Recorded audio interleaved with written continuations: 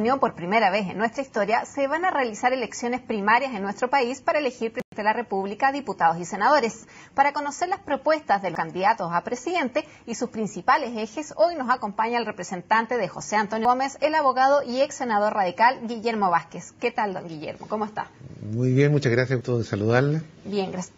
Cuénteme, antes de partir por el programa, veamos con qué crecimiento económico o con qué variables económicas están trabajando en el comando para elaborar el programa. Bueno, nosotros estábamos trabajando con las variables económicas que se estaban dando anteriormente, que daban un crecimiento probable alrededor del 5% o algo más incluso, dependiendo de la dinámica y la inercia que lleva el crecimiento económico. Pero en este momento todas las cifras, ya todos los analistas están señalando que el crecimiento es bastante menor, probablemente va a estar entre un 4,7 y un 5 o un 4,5 un 5, de tal modo que ya esos medio punto, un cuarto de punto que se dé en un momento determinado, por lo tanto afecta también todo el proceso de reformas en términos de capacidad de financiamiento del programa.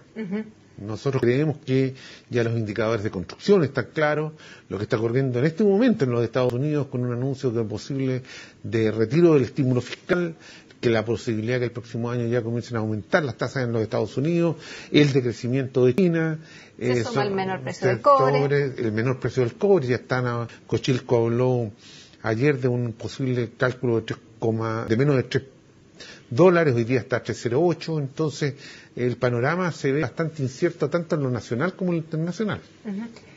Con este contexto de incertidumbre, ¿cuáles serían los principales ejes del programa que está planteando José Antonio Gómez? Bueno, desde luego aquí las bases se radica en que estamos en un país absolutamente desigual e inequitativo, y en consecuencia requerimos llevar al país a un nivel de mayor equidad equivalente a lo que tenían los países de la OCDE cuando estaban en el ingreso per cápita que tenemos nosotros, que estamos cercanos a los 20.000. No voy a hablar del índice de Gini, que ya es hiper conocido, pero lo que es peor, este índice que nos califica por sobre el 50 puntos, o sea, es bastante alta, está alrededor de 13 veces la diferencia entre el primer quintil y el último quintil. No se soluciona con el sistema tributario, lo que sí ha ocurrido en todos los países que han entrado a la órbita de los cercanos a los 20.000, que de 50%, 52% antes de impuestos, los ingresos llegaban a una equivalidad del orden del 28, el 30 o al menos el 40%, lo cual colocaba en niveles de cierta equidad. Eso implica, por lo demás, un aumento del consumo. Si las clases más favorecidas tienen más ingresos, tienen aumento de consumo, y Chile, igual que China, curiosamente, ha tirado gran parte de su crecimiento estos 2 años, no por las mayores exportaciones, salvo el cobre, sino que fundamentalmente por el consumo, de tal modo que es importantísimo tanto el crecimiento como la equidad. Y por lo tanto también mejorar la productividad total de factores mediante una capacitación de los trabajadores. Y para fomentar para que esta productividad crezca más, para reducir la desigualdad, ¿cuáles ustedes serían como las 3 propuestas más importantes de este programa? Desde el punto de vista de productividad total de factores, yo creo, el programa lo dice, y yo lo creo sinceramente, yo creo que hay que cambiar el eje del CENSE.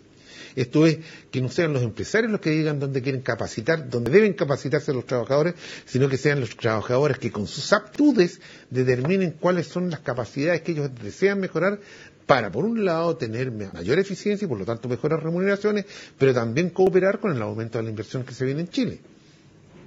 Ese es una. Un segundo punto es, evidentemente, incentivar el crecimiento de la pequeña y mediana empresa, las pymes o MIPYMES, con 2 áreas o 2 pilares fundamentales. Banco Estado como banco de fomento y Corfo como impulsor del crecimiento y el desarrollo del país. Y en tercer lugar, a mi entender, la regionalización es un punto básico, sobre todo regionalización con empoderamiento y facultades para poder invertir y desarrollar los potenciales que cada uno de los encadenamientos productivos tenga en las regiones y que no sea la centralidad la que determine cómo crecen las regiones. Lo digo porque evidentemente si nosotros hubiéramos tenido en la Araucanía, en los tiempos que yo fui senador, la posibilidad de desarrollar los clústeres o los encadenamientos habría sido distinto al desarrollo que efectivamente se produjo. Yo creo que eso, la unión de esos tres pilares puede dar una base de mejor crecimiento y mayor igualdad. ¿Qué pasa con el empleo? Me hablaba usted de la productividad total de factores, pero ¿qué pasa? ¿Habría más medidas para aumentar el nivel de empleo en el país o usted cree que estamos ya en un nivel neutral y aquí nos quedamos? No, creo que la posibilidad de mayor empleo se va a dar en la misma medida en que los actores que no están ingresando hoy día, que no están presionando por mayor empleo, como es fundamentalmente el sector juvenil hasta los 25 años o las mujeres, si tienen capacidad de mayores, han sido capacitadas para poder desarrollar efectivamente sus labores, tenemos una posibilidad de aumentar nuestra masa laboral, que hoy día está limitada por estos elementos y que incluso vemos cómo en ciertos sectores ya se están importando personas para que vengan a laborar temporalmente, fundamentalmente en la agricultura. ¿Y hay alguna medida en específico que vaya a aumentar esta participación de las mujeres y jóvenes? Porque ha sido bastante difícil, está hace muchos años, mucho menos del 50%. Bueno, está eso dentro del plano, dentro del programa educacional, incentivar los liceos o colegios técnicos profesionales, donde con en cortos periodos de 1 año o 2 años, realmente comenzar a sacar personas que están capacitadas para desarrollar oficios que les permitan tener un ingreso adicional a la familia. ¿Cuánto sería el costo del programa de José Antonio Gómez? ¿Hay alguna estimación así en números? Bueno, si nosotros queremos crecer del orden de unos 8.000 millones de dólares que requieren las distintas reformas que se están proponiendo, porque hasta este momento se ha hablado fundamentalmente de educación y salud, pero no se dice nada de previsión. Los cálculos de mejora de previsión necesariamente van a tener que pasar por un aporte del Estado que además en justicia corresponde, es el largo espíritu, pero en definitiva, los impuestos que las empresas pagan, que los empresarios pueden recuperar en sus declaraciones personales, que es el mecanismo del FUT, no lo pueden hacer los fondos de pensiones. Entonces, los trabajadores en los fondos de pensiones reciben los dividendos, pero no tienen ninguna posibilidad de recuperar el impuesto que esos dividendos pagaron en su momento. Si fueran personas naturales, lo tendrían. Ahora no lo tienen.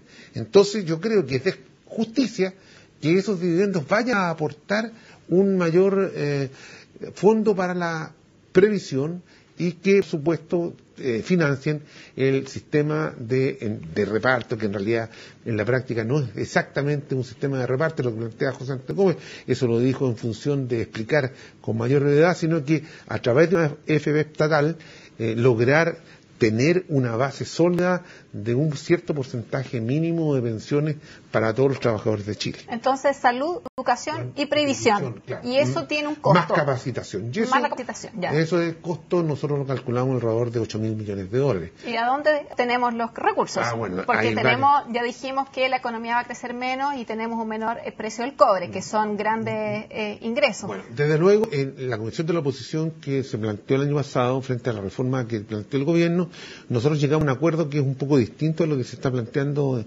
por la expresidenta Bachelet, en el sentido de ir a tributar sobre utilidades de vengada, es decir, directamente se retire o no se retire la ganancia o utilidad de la empresa, el empresario paga sobre ella, sobre el total, porque en realidad es un incremento de patrimonio, o sea, no estamos saliendo de las normas actuales de la ley de la renta. Eso da alrededor de 5.000 millones de dólares. Tenemos también un cambio sustancial en el impuesto a los combustibles. Nosotros creemos que el impuesto específico a los combustibles hoy día no corresponde sino a recaudación. Se aplica solo al transporte terrestre y solo, ¿no es cierto?, en razón del transporte de pasajeros o carga. No se aplica a las empresas productivas, no se aplica a la minería, no se aplica al transporte aéreo, no se aplica al transporte marítimo. O sea, la idea sería eliminar esas exenciones que hoy existen y exacto, que el impuesto al combustible... Pero transformarlo además en impuesto verde.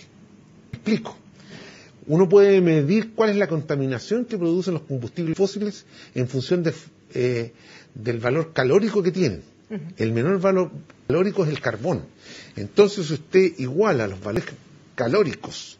Dice, mayor impuesto al carbón, mínimo impuesto al gas o a la biomasa. ¿Ah? Y por supuesto, a las energías renovables no convencionales, cero impuesto. Con lo cual incentiva por este cero impuesto la introducción de un mayor beneficio a la mantención de la situación del medio ambiente.